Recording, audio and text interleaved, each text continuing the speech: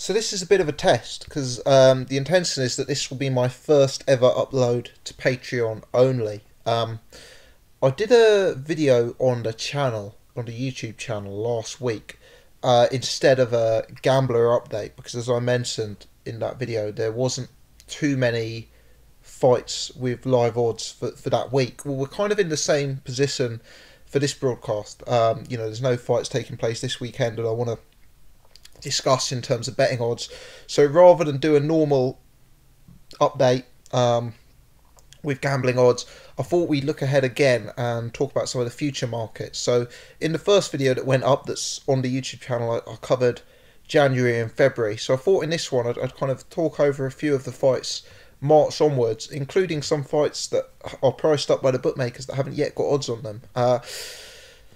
Just chop that up really. So going into March, Kell Brook versus Sergei Rabchenko. Kell Brook 1-12 on. Now, it's not necessarily a fight I see a huge amount of upset potential on. Kell Brook should be well ahead of Rabchenko, and essentially he can't afford any slip-ups.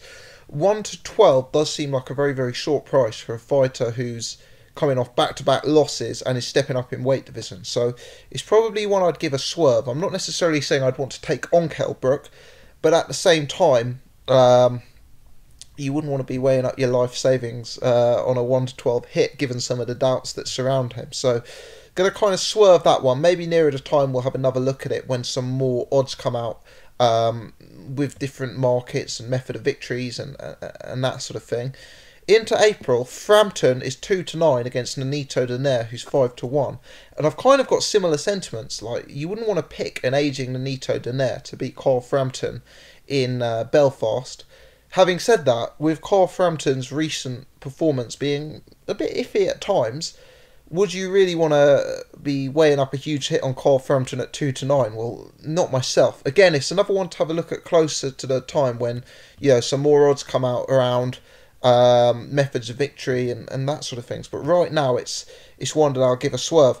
But I wanted to look at a few other markets that are currently listed as potentials for April. I don't believe either fight has been fully confirmed yet. Anthony Joshua versus Joseph Parker and Lee Selby versus Josh Warrington. Now, I appreciate there's always a bit of a risk talking about fights that haven't yet been made, because in doing that, you could potentially talking about fights that don't ever get made. But I think these two are very, very realistic fights, and fights that are more likely to happen than not. So let's start with Joshua Parker. Joshua's clearly going to be a favourite in this one, but the bookmakers have him at 1-16 as a best price. A number of bookmakers have him at 1-25. Parker, who's viewed as a massive underdog by the bookmakers, you can get as big as 9-1 in places. Bet Victor go 9-1. Paddy Power go 9-1. And if you want to play the method of victory markets, only Sunbet has got that out. But Parker by decision 22-1. Parker by KO 14-1. You're looking ahead there. Parker by KO at 14-1 is a price that would interest me. I don't genuinely believe Parker's going to win the decision against AJ. So I believe if you think Parker's going to win that fight, 14-1 by knockout is maybe the market you want to play.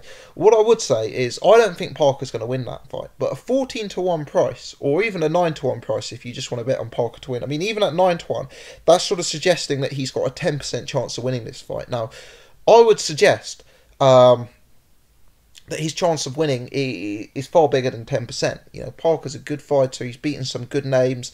There are certain things you could throw out there to say that he could cause AJ problems. And whilst I view AJ as an overwhelming favourite for the fight, I'd maybe give AJ a 70% chance, maybe a 75% chance. Certainly wouldn't think Parker should be as wide as 9-1 or 14-1 by way of knockout. And I think, for gamblers looking for a bit of value, that's certainly an angle to consider. Be interesting to see if that fight does get made, if those prices do change. We've seen a bit of movement in some boxing markets recently, but that's one that I'd be having one eye on for a look ahead to the future. Selby Warrington. Now, Selby is 1-4 on. Josh Warrington is 4-1. Now, I don't tend to be a gambler who You know, I don't mind odds-on betting, but if I'm betting odds-on, I tend to be 4 to 6, 8 to 11, not 10 to 11, those sort of prices. I like an odds-on bet where you're not having to stick your life savings to get something meaningful. And 1 to 4 is most likely going to be far, far too short for me, and probably far too short for most boxers, for most gamblers even. But Selby at 1 to 4 does strike me as a bit of value against Josh Warrington if you're a serious gambler. And Selby by decision at 8 to 13, which is available on Betfair or Paddy Power, does strike me again as a bit of value. You know, Warrington's tough, he's big at the weight, but he's just not in Selby's class. And I think this would be a relatively routine fight for Selby. I don't necessarily see Selby as the kind of guy who massively puts the pedal to the metal when he's up in a fight, and I think sometimes he's guilty of going into sparring partner mode and just staying in first gear throughout the course of a fight, which can be frustrating to watch. But you know, I really think he should have far too much for Josh Warrington. I think we're talking about a grade A talent versus a grade C talent here, and I expect him to confirm that with a one-sided points decision. So looking ahead, I appreciate these two fights haven't been made. I think Selby on points is not a bad bet at 8 to 13. Let's see when some other bookmakers price it up if we can get even more value. And I think Joshua Parker could represent some value from a value betting perspective. You know, it's not the kind of bet you're going to put on confident that you can kick it up. It could be the kind of bet to have a few quid on, and you know, you never know. But 14 to 1 for Parker to win by knockout is something that for me strikes me as a mispricing. You know, if I was pricing like that market, I'd have that half the price. Seriously, I'd have it half the price. I think you're getting double the value there. And I think a lot of that is due to the weight of public perception and the weight of public money being that Joshua is an unbeatable fighter. You know, Joshua's a very good fighter, but there are vulnerabilities there. And, you know, Parker could be a test, and a bit more of a test than those odds suggest. Anyway, I'm over and out. Leave us a comment on Patreon if you're watching this. The Gambler, which is a weekly service that I offer to patrons, will be back in its more regular form of a weekly update highlighting a tip of the week, highlighting a long shot of the week. You know, that's the format that I want to do it in, but I still wanted to put something up for those people who are supporting the channel and those people who've subscribed to the Opsum, even though there aren't big fights to bet on this week. So there you go. Hopefully you guys tune in, and thanks for watching.